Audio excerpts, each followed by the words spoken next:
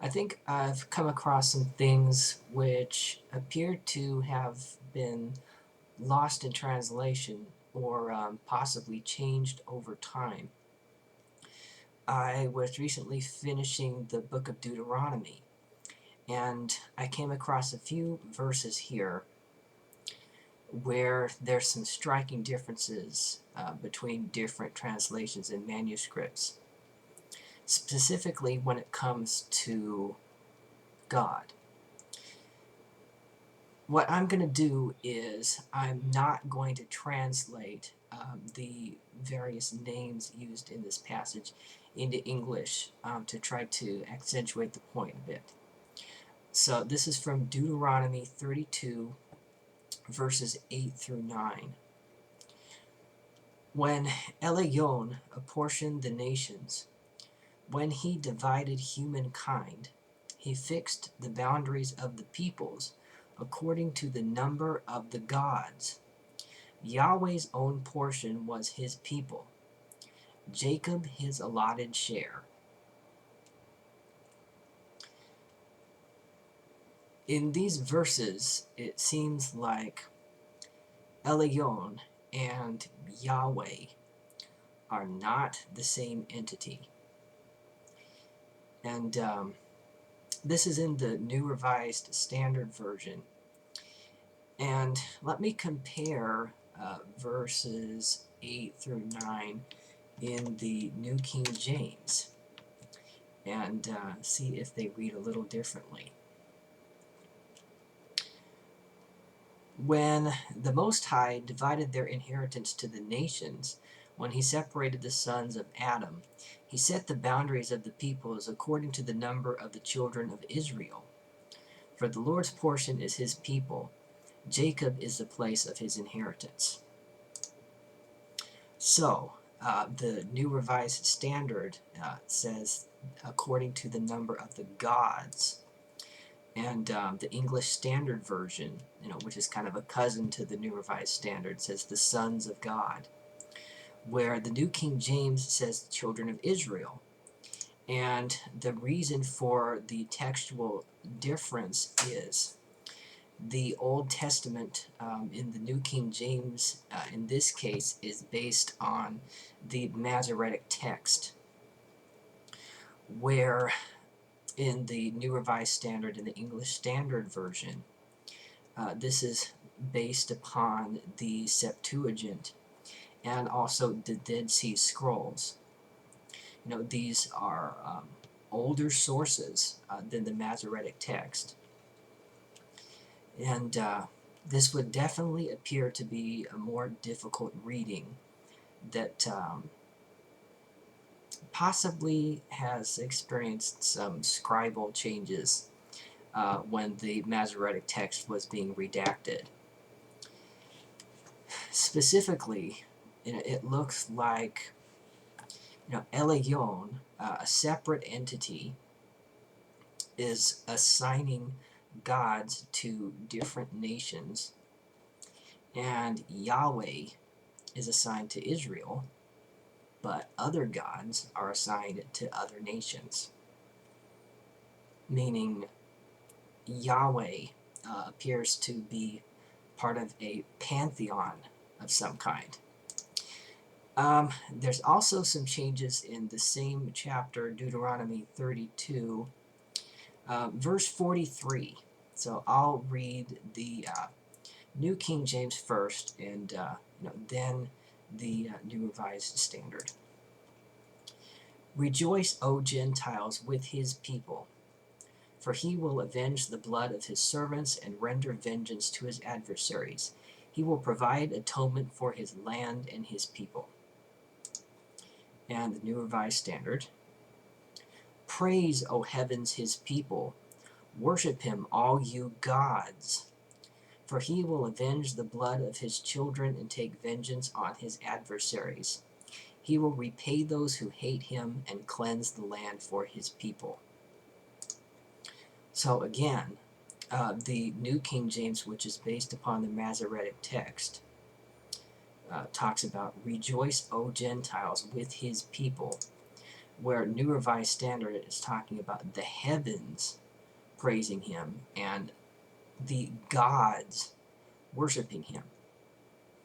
And once again, that's attested to in the Septuagint and also in the Dead Sea Scrolls.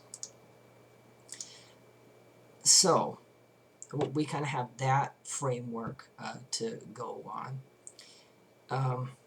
Here's another example in Judges 11, actually.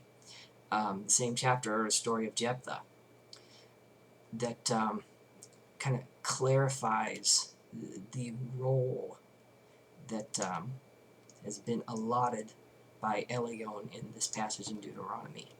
So again, I'm not going to translate the names of God into English. So Judges 11, 23 and 24. So now Yahweh, the Elohim of Israel, has conquered the Amorites for the benefit of his people Israel. Do you intend to take their place? Should you not possess what your Elohim Chemosh gives you to possess? And should we not be the ones to possess everything that Yahweh our Elohim has conquered for our benefit?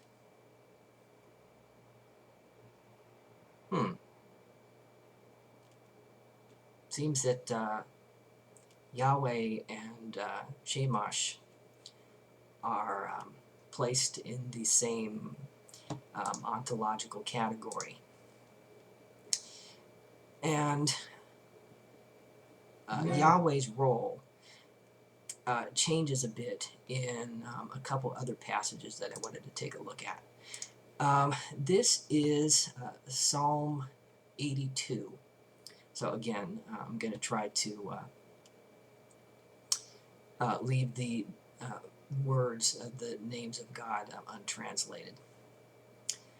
A psalm of Asaph. Elohim, so in this case, Elohim is specifically referring to the God of Israel. Elohim has taken his place in the council of El. In the midst of the Elohim, he holds judgment. How long will you judge unjustly and show partiality to the wicked? Selah. Give justice to the weak and the orphan. Maintain the right of the lowly and the destitute. Rescue the weak and the needy. Deliver them from the hand of the wicked. They have neither knowledge nor understanding. They walk around in darkness. All the foundations of the earth are shaken.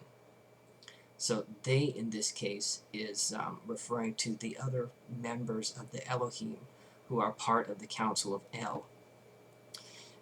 I say, you are Elohim, children of Elion, all of you. Nevertheless, you shall die like mortals and fall like any prince.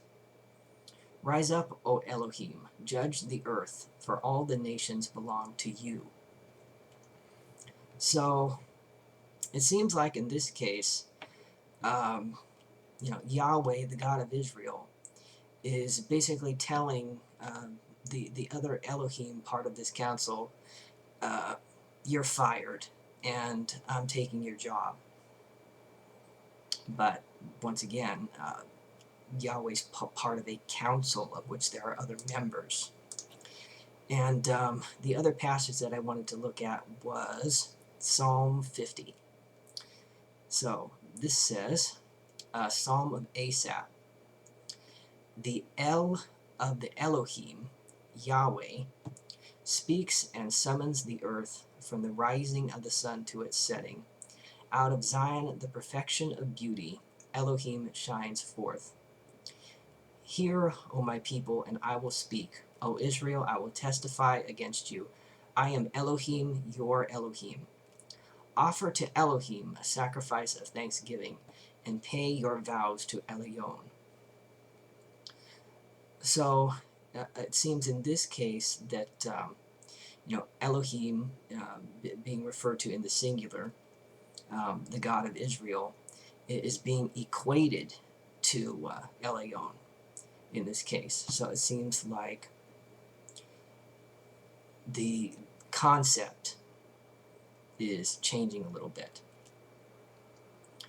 So I'm going to provide links to the Hebrew in most of these passages, so you can take a look at them yourself. And also for Deuteronomy 32, I'll provide a link to the Greek. But if these are the correct conclusions to be made in this case, looks like Yahweh isn't alone up there. And it may not have been in the way that may have thought about in the past.